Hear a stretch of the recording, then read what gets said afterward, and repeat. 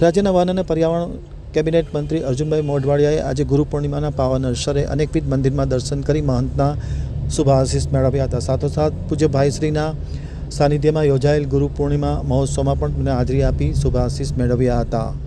હવે જોઈએ આમતક ન્યૂઝ બ્યુરોના એક વિસ્તૃત અહેવાલ। ગુરુ પૂર્ણિમાના પાવન અવસરે રાજ્યના વન અને પર્યાવરણ કેબિનેટ મંત્રી અને પોરબંદરના ધારાસભ્ય અર્જુનભાઈ મોઢવાડિયાએ પોરબંદર શહેરના વિવિધ મંદિરોમાં દર્શન કરી મહંતના આશીર્વાદ પ્રાપ્ત કર્યા હતા। મંત્રીશ્રીએ હરિમંદિર ખાતે પરમ પૂજ્ય ભાઈ શ્રી રમેશભાઈ ઓઝાના પાવન સાનિધ્યમાં યોજાયેલ ગુરુ પૂર્ણિમા મહોત્સવમાં ઉપસ્થિત રહી તેમના પ્રવચનનો લાભ લઈ આશીર્વાદ પ્રાપ્ત કર્યા હતા।